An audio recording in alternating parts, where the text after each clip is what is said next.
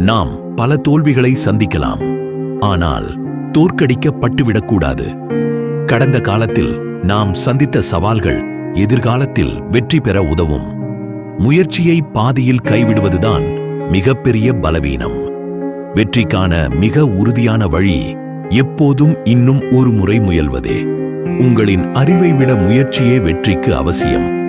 கடந்து வந்த 1000 ஏமாற்றங்கள் நீங்கள் செய்யும் ஒரு புதிய முயற்சிக்கு ஈடாகாது.